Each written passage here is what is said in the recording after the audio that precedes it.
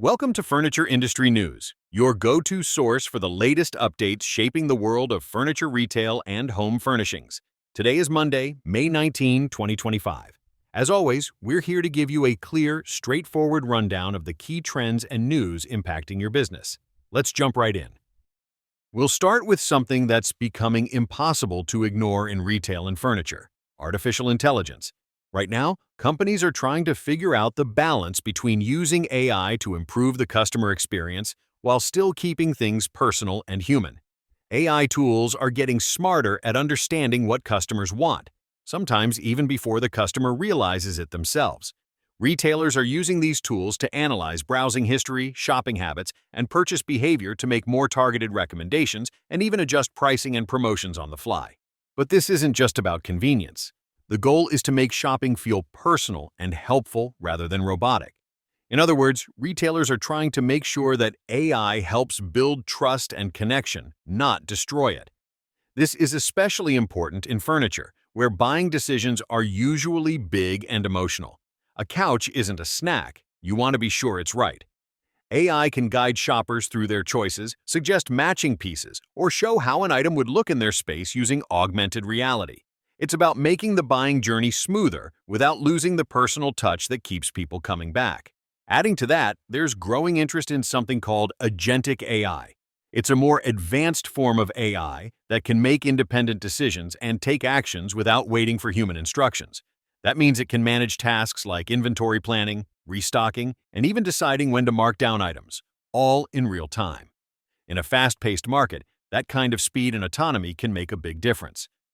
Now, while tech is pushing the industry forward, the housing market is sending some mixed signals.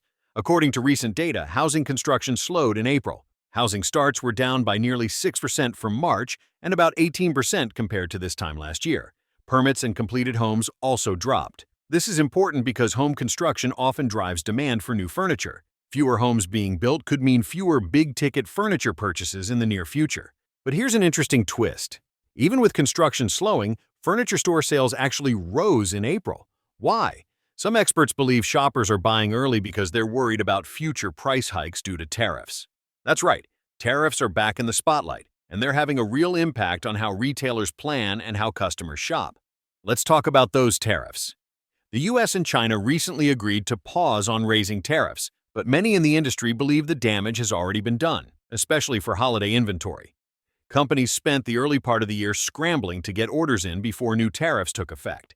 That led to a surge in early buying, which may leave retailers with less flexibility as the year goes on. And while the pause gives some breathing room, it hasn't solved the deeper problems. Shipping delays, sourcing issues, and cost increases are still hanging over everyone's heads.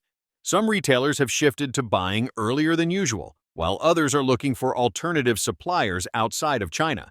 But no matter how you slice it, this situation is forcing furniture businesses to rethink their inventory strategies. At the same time, there's a broader concern brewing among consumers, something that could affect demand across the board. Consumer sentiment took a sharp dive recently, according to the University of Michigan's monthly survey. People are feeling less optimistic about the economy, and inflation expectations are rising. In fact, consumer expectations for inflation over the next year hit 3.5%, which is the highest it's been since 2011. That kind of outlook tends to make shoppers cautious, especially when it comes to big purchases like furniture. So, what does all this mean for the rest of 2025? For one, the furniture industry needs to brace for continued uncertainty. The combination of a shaky housing market, tariff pressures, inflation fears, and shifting consumer habits creates a tough environment to navigate. But there's also opportunity here, especially for retailers willing to innovate and stay nimble. A recent opinion piece by Furniture Today's Bill McLaughlin laid it out plainly. The next phase of the furniture business isn't just about surviving, it's about evolving. He says companies that have a strong foundation, a clear identity, and a flexible mindset are the ones most likely to succeed. That means investing in tech, sure, but it also means building teams that can adapt, finding supply chain partners that can pivot, and staying close to what customers actually want. He also pointed out that one of the best ways to stay relevant is to get back to basics. That includes offering good value, clear messaging, and excellent service, especially now that customers are more price sensitive. People still want to buy furniture. They just need to feel confident that they're getting their money's worth. And this isn't just theory. At the recent High Point Market, retailers shared how they're adapting in real time. Some are reducing SKUs to focus on best sellers. Others are holding more stock of core items while scaling back on trend-driven pieces. And many are using data to make faster decisions, whether it's shifting a marketing budget or choosing which collections to feature.